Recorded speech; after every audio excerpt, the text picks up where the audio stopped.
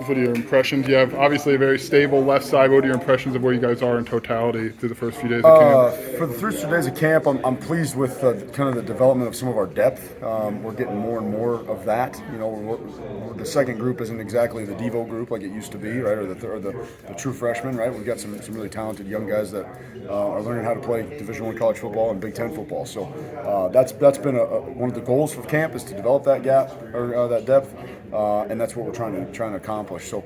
Been pleased with some guys' performances. Been pleased with kind of the first group, and the guys repping in with the first group have been very consistent. You know, especially in the run game, I've been pleased with some of that. You know, we got to get better at some protection stuff, but that's what training camp's for. That's what fall camp's for, is to push each other to get better, and to kind of continue those fundamentals so we prepare for a great year and really do our part to up our offensive output and production this year.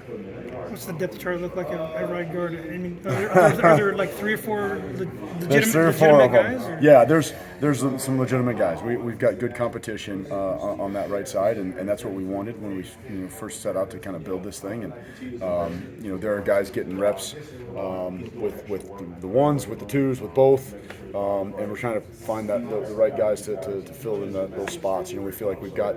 You know, 6, 7, looking for 8 and 9 guys that we can really trust in a situation, because you always need that during the year. Like, you look back, we were very fortunate last year.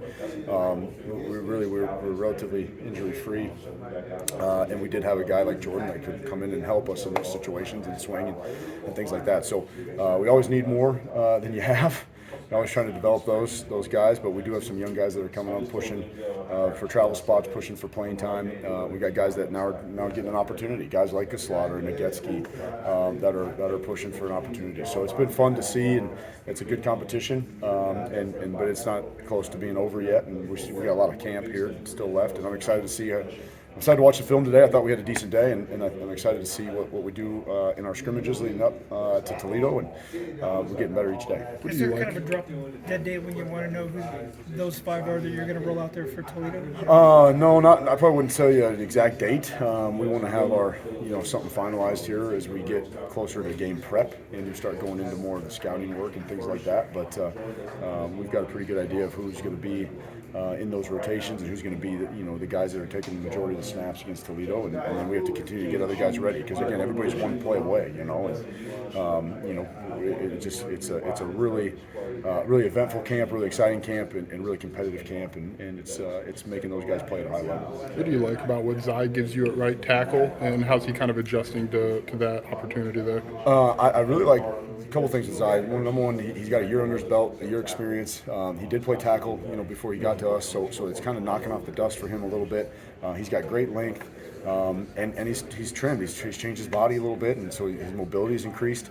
And I think what you're seeing with him is football got taken away in the spring. It wasn't nobody's fault, but things happen, like injuries and things, and so I think that developed a hunger in him, and you've seen a maturity with Zai that maybe, I don't want to say it wasn't there, but he didn't have to show that as much, being a new guy coming in last year. And so you're seeing leadership grow, you're seeing maturity in the whole group, right? I mean, you lost guys in the last 2 years. We lost Palcho V, Kramer, right? Hillstrom, right? Some of these guys that have kind of been stalwarts for us and took that leadership role, and now you're having some new guys that are very talented, that are capable, Julian, Isaiah, that are stepping up to rise up to that leadership role, and Zai is part of that discussion, and so I've been very pleased with how hungry he is, how purposeful he's practiced, and I'm really excited to see what he can do. When you have somebody like Kreutz at center, is there things that you can do with him that maybe you haven't been able to do, the first 2 years, especially in the run game,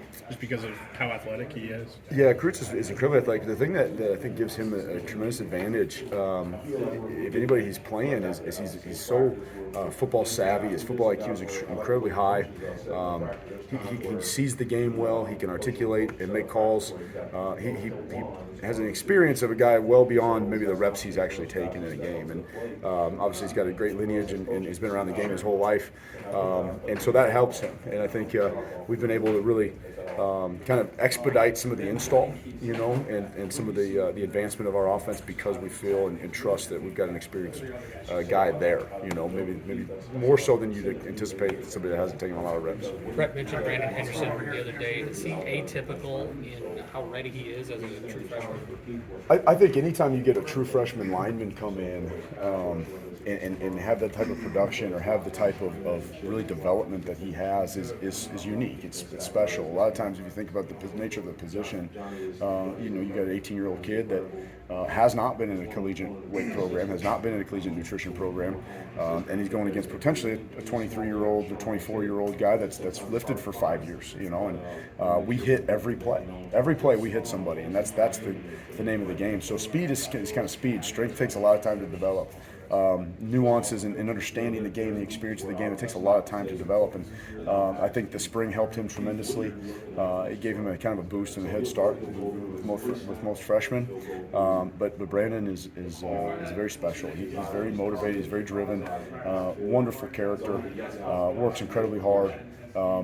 And while at times I think there's a lot coming at him, he handles it incredibly well. Like his maturity is beyond his years. So I'm very, very excited to see where he can go. I'm not suggesting that he's going to starting lineup or something, but is there something where you would say, I don't care, you're a freshman, no, I can't put you in the mix, in the rotation pieces, or is it everybody's different?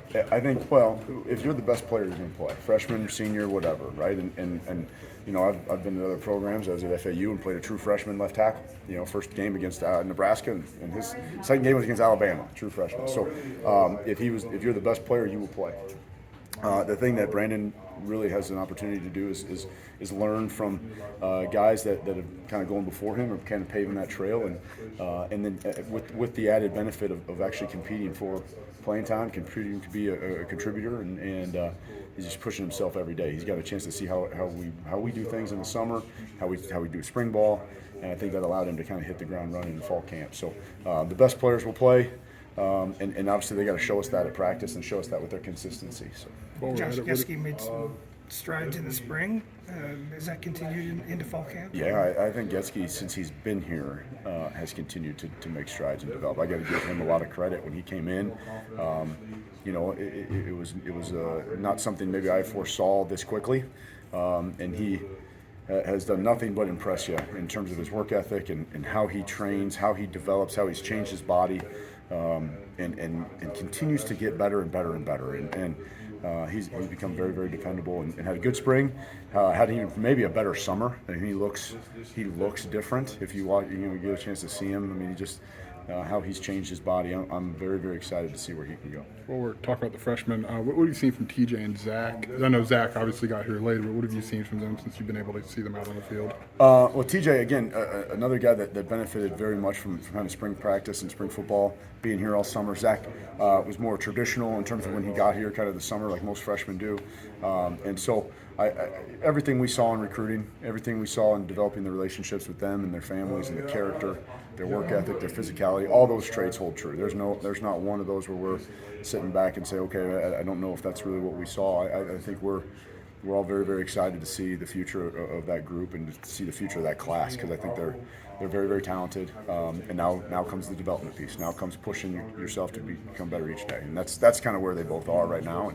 And TJ's got a little bit of maybe a head start just because he got here sooner, but very, very pleased with both those guys.